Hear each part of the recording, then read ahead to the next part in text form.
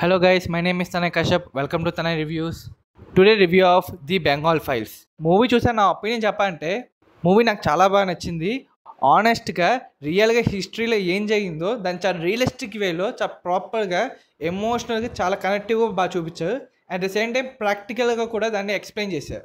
And నా దృష్టిలో the Bengal files movie అనేది ఈ సినిమా బాగుందా బాగోపోయినా సరే ఈ సినిమా తప్పనిసరిగా ప్రతి భారతీయుడు చూడాల్సిన సినిమా. ఎందుకంటే ఈ సినిమాలో నిజాలు చెప్పారు, ఈ సినిమాలో చరిత్ర చెప్పారు, ఈ సినిమాలో ప్రస్తుతం జరుగుతున్న సమస్యల గురించి కూడా డిస్కస్ చేసే విషయాలు చాలా విషయాలు చెప్పారు. సో ప్రతి భారతీయుడు ఈ సినిమాని తప్పనిసరిగా చూడాల్సిందే, అంత విషయం ఈ సినిమాలో ఉంది. అండ్ ఈ సినిమా మేకింగ్ వైజ్లో కూడా నెక్స్ట్ లెవెల్లో ఎపిక్గా తీశారు. విజువల్స్, ప్రొడక్షన్ వాల్యూ కూడా అసలు చిన్న సినిమా అనిపించేలాగా, ఒక మీడియం రేంజ్ సినిమా లాగా అనిపించుకున్నా ఒక పాన్ ఇండియా లెవెల్లో బిగ్ బడ్జెట్ మూవీ లాగా అనిపించింది. అండ్ రియల్గా కూడా మూవీ చూస్తుంటే సేపు చాలా పెద్ద బడ్జెట్ పెట్టి పెద్ద అమౌంట్ పెట్టి సినిమా తీసినట్టుగా కూడా ఆ విజువల్స్, ఆ సీన్స్ చూస్తుంటే కనిపిస్తుంది. అండ్ అలానే ఈ మూవీలో హిస్టారికల్గా ఏం జరిగింది అండ్ దాని ఫ్యాక్ట్స్ ఎవ్రీథింగ్ చాలా డీటెయిల్గా చూపించారు. అండ్ నాకు చాలా బాగా నచ్చింది.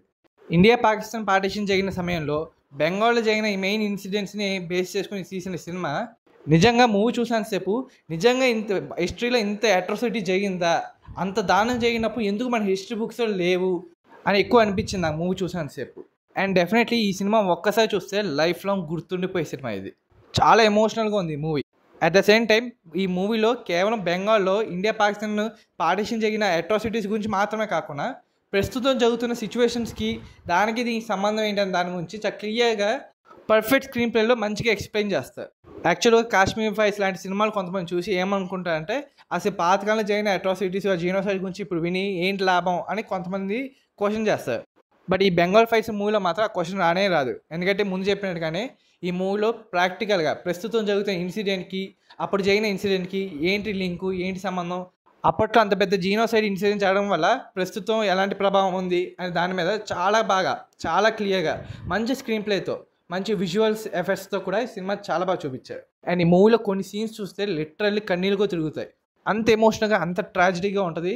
అండ్ ఆ సీన్స్ కూడా ఊరికే ఫిక్షనల్గా ఏం పెట్టుకోకుండా రియల్గా జరిగిన ఇన్సిడెంట్స్కి రిఫరెన్స్గా ఉన్నట్టుగా కూడా ప్రూఫ్తో సహా చూపిస్తూ ఆ ఇన్సిడెంట్స్ ఆ రియల్గా జరిగినన్ని విజువలైజ్ చేసి మనకు చూపించారు. నన్ను అడిగితే ప్రతి ఇండియను చూసి తెలుసుకోవాల్సిన సీన్ అంటే ఇదే.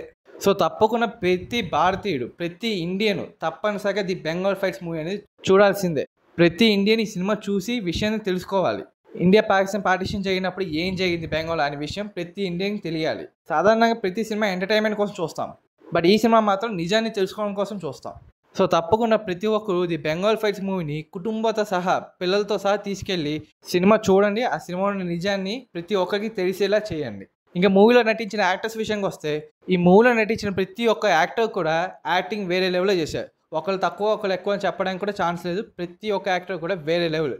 పర్సనల్గా నాకైతే మిథున్ చక్రవర్తి, పల్లవి జోషి, సిమ్రత్ కౌర్ అండ్ దర్శన్ కుమార్ వీళ్ళ నలుగురు పర్ఫార్మెన్స్ ఈ మూవీలో మెయిన్ హైలైట్స్. ప్రతి ఒక్కరు నెక్స్ట్ లెవెల్లో పర్ఫార్మెన్స్ ఇచ్చారు.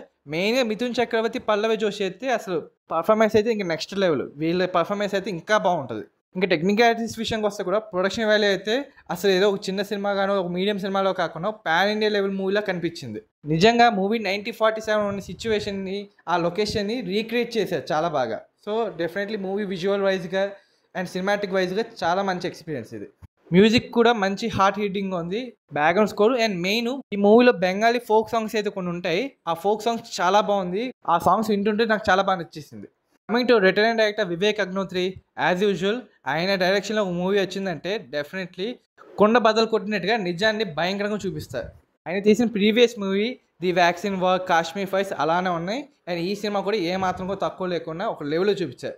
అండ్ ఇంకా అప్రిషియేట్ చేసిన విషయం ఏంటంటే పార్టీషన్ జరిగిన ఇన్సిడెంట్స్కి ఇప్పుడు జరుగుతున్న ఇన్సిడెంట్స్కి లింక్ ఏంటి అనే దానికి కూడా చాలా మంచి ఎక్స్ప్లెనేషను అండ్ మంచి స్క్రీన్ ప్లే అనేది ఉంటుంది. సో అది నాకు చాలా బాగా నచ్చింది. సో ఓవరాల్గా ఒక మాట చెప్పాలంటే ది బెంగాల్ ఫైల్స్ మూవీ అనేది ప్రతి ఇండియన్ చూడాల్సిన సినిమా. తప్పనిసరిగా చూడాలి. కుటుంబంతో సహా వీలైతే పిల్లలను కూడా తీసుకెళ్ళి. కొంచెం వైలెన్స్ సీన్స్ ఉంటాయి, అఫ్కోర్స్ కొంచెం ఇబ్బందిగా ఉంటాయి సీన్స్ చూడడానికి, బట్ స్టిల్ ప్రతి పిల్లలు తెలుసుకోవాలి. ఎందుకంటే ఇవేమీ హిస్టరీ బుక్స్ చెప్పరు కాబట్టి. సో స్కూల్ హిస్టరీ బుక్స్ ఇవన్నీ ఏం చెప్పరు కాబట్టి కనీసం సినిమా ద్వారా నిజాన్ని తెలిసేటట్టు చేయండి. అంతే ది బెంగాల్ ఫైల్స్ మీద నా ఒపీనియన్ అయితే ఇదే. And the Bengal files movie చూసాక మీకే అనిపించిందో కామెంట్ సెక్షన్ కామెంట్ చేసి చెప్పండి. ఈ వీడియో మీకు నచ్చింది అయితే లైక్ చేయండి.